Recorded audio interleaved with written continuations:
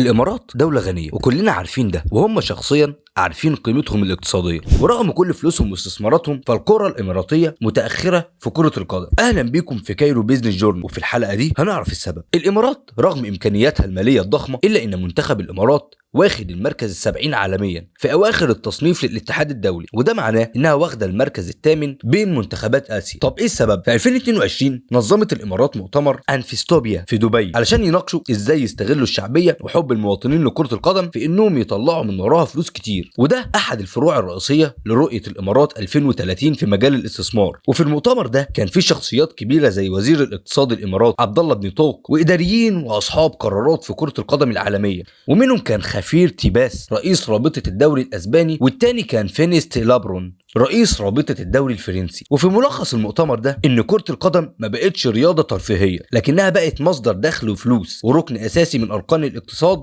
وبتجيب استثمارات ضخمة. وفي موسم 2021 و2022 مجموعة أبو ظبي كسبت حوالي 702 مليون دولار كأرباح من نادي مانشستر سيتي اللي بتمتلكه من سنة 2008. ورغم كل اللي حققته الإمارات في إدارة نادي مانشستر سيتي إلا إن الدوري الإماراتي ما يعتبرش حتى من صفوة الدوريات العربية ولا الآسيوية، وبتعاني أندية الدوري الإماراتي في المنافسة القارية، وده خلى توجيه الاهتمام لكرة القدم المحلية أمر ضروري علشان يوصلوا لرؤية الإمارات 2030 اللي من أكبر أهدافها إنها تنوع مصادر الدخل. ورغم كل جهود الإمارات وفلوسها إلا أن أنديتها فشلت في إنها تكسب كأس دوري أبطال آسيا لما تأهل نادي العين سنة 2003، وساعتها المنتخب الإماراتي ما تأهلش حتى لكأس العالم غير مرة واحدة، وكذلك فشل إنه يكسب كأس آسيا ل 17 موسم. طب ليه الإمارات ضعيفة كرويا كده رغم كل بحوثاتها واقتصادها القوي؟ كرة القدم الإماراتية حاليا بتنحدر انحدار شديد لدرجة إن 72% من المشاركين في استطلاع رأي لصحيفة البيان الإماراتية سنة 2021 لما سألوهم هل تتوقعوا إن الموسم الجديد من الدوري الإماراتي ضعيف جاوبوا نعم، و86% من اللي شاركوا في نفس استطلاع الرأي شايفين إن عقلية الاحتراف الكروي لسه ما وصلتش للاعب الإماراتي. وفي 2022 تم إقصاء المنتخب الإماراتي من تصنيف كأس العرب بعد 4 خسائر في المجموعة الثانية، وده خلاه عنده مكانة هشة بين كبار آسيا. أول نادي إماراتي في قائمة أفضل أندية العالم العام 2023 هو نادي العين. وفي وقت تقدم الإمارات ماليا وانحدارها كرويا إلا أن السعودية وعلى الجهة الأخرى اتأهل منتخبها لكأس العالم 2022، وأنديتها في الصدارة في المراكز المتقدمة العالمية زي الهلال بالمركز 95 والاتحاد بالمركز 100. كل ده يبين أن الإمارات متأخرة جدا بين عظماء كرة القدم العربية والآسيوية، وده ياخدنا لإيه السبب. من حيث قوة وجود اللاعبين فمثلا في المنتخب السعودي في 6 لاعبين تخطى سعرهم ال 2 مليون دولار، اولهم عبد الرحمن غريب اللي وصل سعره ل 3 مليون دولار. وفي الجهه المقابله الامارات ما عندهاش لاعب محلي واحد عدى الحد ده، اللي بيبين لينا انخفاض سعر اللاعب الاماراتي في الخليج والعرب. الامارات بتدفع كتير للاعبين اكتر حتى من المكتوب في العقود، ففي العقود اللي بتنص على تقاضي اجر قدره 200 الف درهم شهريا بره الورق بياخد اللاعب ما يوصل ل 500 الف درهم، وده طبعا بيقلل الشغف للعيبه، ما هو كده بياخد فلوس. فالتمويل مش السبب، الامارات بتدفع وبتدفع كويس قوي للعيبه، لكن في سببين لانحدار الكره الاماراتيه. السبب الاول هو ان اللعيبه بتفقد الشغف والموهبه، زي ما قال بدر حارب في مقابله فورتشين العربيه ان قله المواهب هي السبب في تراجع نتائج المنتخب الاماراتي، وقال كمان انه مش معقول منتخب كامل يعتمد على مهاجم واحد اللي هو مبخوت، ده زائد ان اعمار خط الدفاع فوق ال 30 سنه. لما كان الامارات مواهب حقيقيه زي عبد الرحمن واحمد خليل وعلي مخبوت احتلوا المركز الثالث في كاس